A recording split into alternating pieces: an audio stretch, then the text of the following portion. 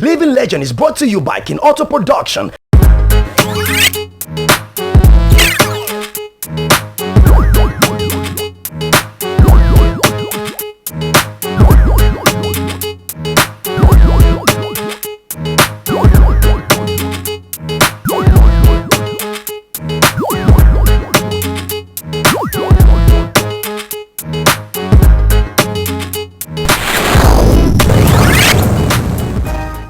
We're blessed with another wonderful day. And if you just tuned in, you're watching Living Legend, brought to you by King Auto Production. Our guest for today is Agya Koo Nimo.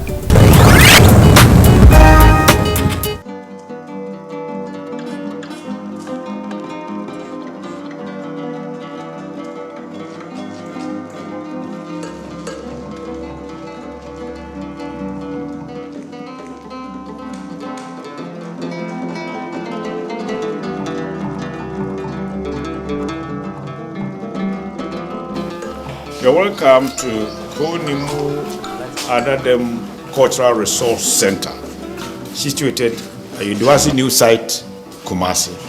Please come over.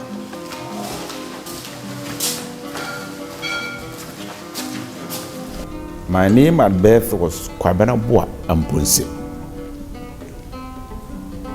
I was baptized in Methodism as Daniel Amponsa. And when I took on the stage, I took the name Koo Nimo. Koo is the name of a male child born on Friday. Nimo is somebody who takes blame for something he has not done. I lived at Fuasi. The community was a great one, with music all over the place. When I was 8 years old, I joined my sister Kufushia, who was married to Nana Opoku-Ware's late brother,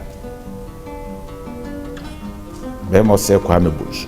So I lived around the palace. Koo Nimo became irradiated with the Ashanti tradition because I was immersed in the culture. And especially on days before I could die. For example, the Saturday before Sunday, I which is called Dapa, where we prepare drums, ceremonial horns to herald the next day. So I was exposed to all these great drummers and drums I heard when I was very, very young. And Opoku-Ware made sure that I attended the school which he attended. That was Arisada College. That was from 1949 to 1952. I had two great friends, one Robert Usu and the late Dr. Haripoku. Haripoku was my rival in anything we did. I felt I could do better. One morning, I saw Robert Usu and Dr. Haripoku playing a Yike tune.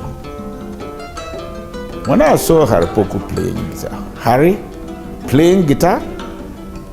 Oh, I have to excel. So on that date, I took on the guitar.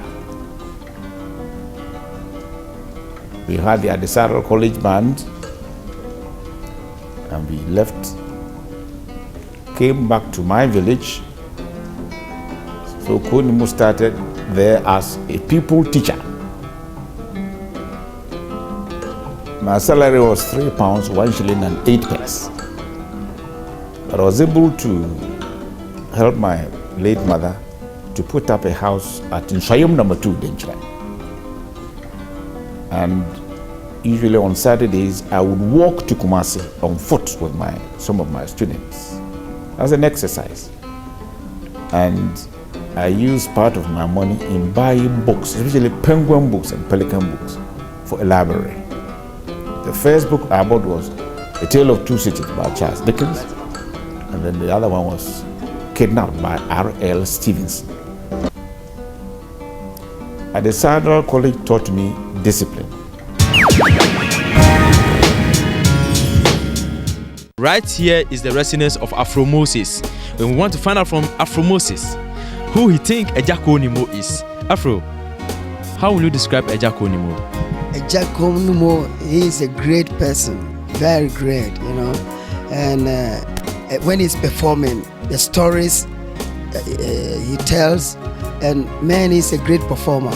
And I could remember when I was living in Ghana here, and at Adoko, one day he heard about me, and of course we talked together, and he came to my house to look for me.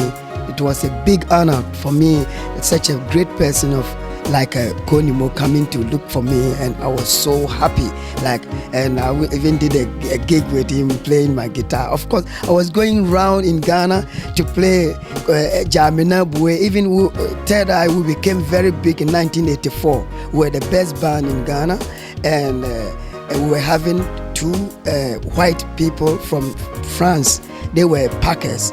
And I taught them how to sing Koo Nimo's music with Tor and Kofodia, and everybody was so amazed to hear white people singing Jamina Bue, Aye Bue. And even now I'm using Mbera and Kora to play Koo Nimo's music, Jamina Bue. He is a great person. We have to be proud of him. Yes, we have to be proud of him, Afro Moses said. If you are still watching, this is Living Legend. In 1953, I registered at the Medical Research Institute at Kolebu, formerly Noguchi Research Institute, the Japanese professor of bacteriology who worked on yellow fever and died. We took a year to study. When we graduated, I was transferred to Kumasi, 1954.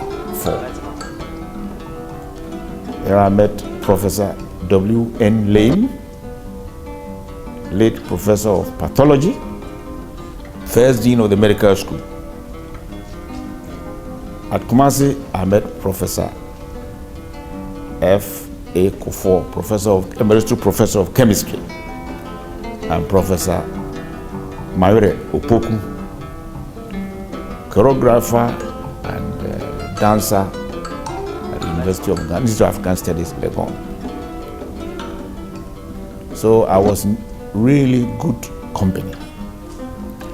Now, Professor Mayure Opoku told me that, Ko, if you want to play the guitar, then I would advise you to take on the classic guitar. And he reinforced this by purchasing a guitar in Italy at the cost of 60 pounds sterling, nylon strung, so that I could practice well. It's interesting. Professor Lane would also take me home to Name Avenue, and he gave instructions to his wife